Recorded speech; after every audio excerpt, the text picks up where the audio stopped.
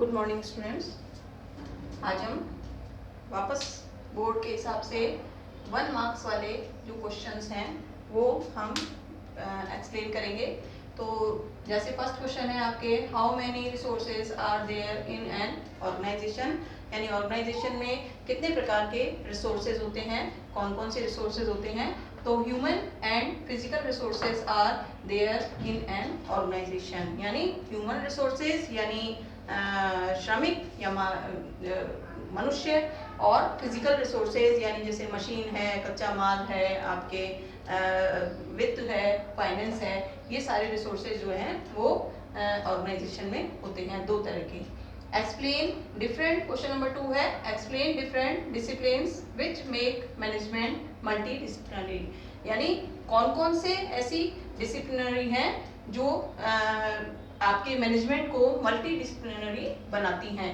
तो इसमें ये सारे जो सब्जेक्ट हैं, जैसे फिजिक्स है, आपके बायोलॉजी है, इलेक्ट्रॉनिक है, सोशल साइंस है, आपके economics, political science, scripture science और history, behaviour science, physiology, sociology and anthropology, ये जो सब्जेक्ट हैं इनमें इनके आधार पर जो आपके मैनेजमेंट है वो मल्टी डिसिप्लिनरी कहलाता है। ये तो थे हमारे 1 नंबर के क्वेश्चंस। अब मैंने आपको बोर्ड पैटर्न का जो आपका सिस्टम भेजा था उसको मैं आपको एक्सप्लेन करती हूँ कि बोर्ड में जो 80 मार्क्स का पेपर आता है वो 80 मार्क्स के पेपर में से किस किस लेसन में से कितने कितने नंबर के कितने क्वेश्चंस बनते हैं। तो ये हमारे कुछ ग्रुप्स बने हुए हैं, इन ग्रुप्स के अकॉर्डिंग इसमें क्वेश्चंस आते हैं। तो लेसन नंबर 1, 2 और 3, इन 3 लेसन का ग्रुप है जो अपने तीनों लेसन मैनेजमेंट के हैं। इसमें से टोटल ये तो नंबर है, कितने कितने नंबर के क्वेश्चन आएंगे, फिर प्रश्न संख्या यानी टोटल जो क्वेश्चंस की संख्या होगी वो कितनी होगी और टोटल अंक कितने होंगे। तो इन तीनों ग्रुप्स में से एक एक नंबर वाले 2 क्वेश्चन आते हैं, दो नंबर वाले 2 क्वेश्चन आते हैं, फिर 4 नंबर का 1 क्वेश्चन होता है और 6 नंबर का 1 क्वेश्चन होता है। यानी तीनों लेसन में से आपके पेपर में 4 कैटेगरी डिसाइड होती है, A, B, C, D, यानी इन तीनों लेसन में से चारों कैटेगरी में क्वेश्चन आते हैं और टोटल ये जो इसके अंक हैं या टोटल इसके जो नंबर्स हैं वो 16 नंबर के क्वेश्चन इसमें से आते हैं। इसके बाद है आपके लेसन नंबर 4 और 5 का ग्रुप है। 4 और 5 में से 4 मार्क्स के 2 क्वेश्चंस आते हैं। ये दोनों लेसन जो है वो 8 मार्क्स के हैं, यानी हम कहें कि इसमें से वेरी शॉर्ट और छोटे वाले शॉर्ट जो होते हैं क्वेश्चंस वो नहीं आते। इसके बाद आपके हैं 6, 7 और 8, ये तीनों चैप्टर्स जो हैं इनमें से 2 मार्क्स का 1 क्वेश्चन आता है और 6 मार्क्स का 1 क्वेश्चन आता है, यानी ये तीनों लेसन भी 8 मार्क्स के हैं। इसके बाद आपके लेसन नंबर 9 और 10, लेसन नंबर 9 और 10 में भी आपके चारों कैटेगरी ABCD में चारों कैटेगरी के क्वेश्चंस आते हैं।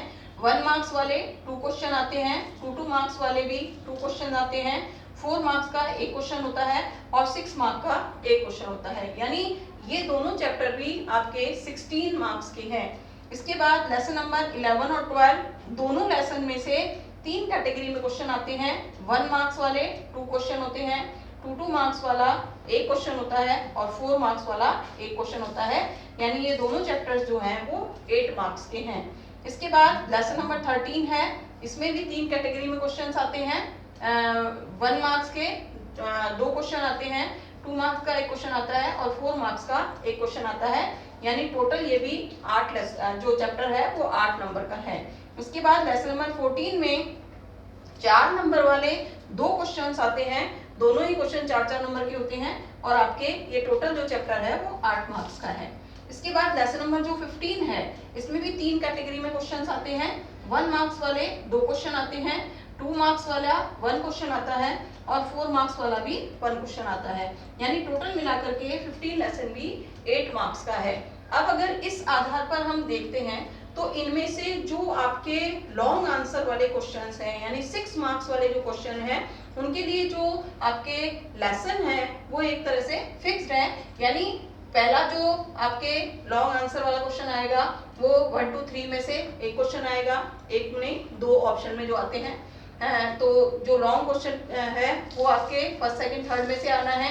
फिर आपके लॉन्ग क्वेश्चन आ रहा है 6, 7, 8 में से 6 मार्क्स का, और फिर आ रहा है 9 और 10 में से। यानी ये और ये चैप्टर्स की कैटेगरी ऐसी हैं जिनमें से हमको लॉन्ग आंसर वाले क्वेश्चंस को करना है। ये हमारा बोर्ड पैटर्न का फिलहाल जो बोर्ड पैटर्न चल रहा था उसका पेपर है। लेकिन क्योंकि ये सुनने में आ रहा है कि आपका 40% कोर्स अगर कटता है तो 40% कोर्स में से इनमें से जो भी चैप्टर्स कटेंगे उन चैप्टर्स के जो मार्क्स होंगे वो अदर चैप्टर्स में जो है इंक्लूड होंगे। तो वो किस प्रकार से पैटर्न आता है उसको हम बाद में फॉलो करेंगे।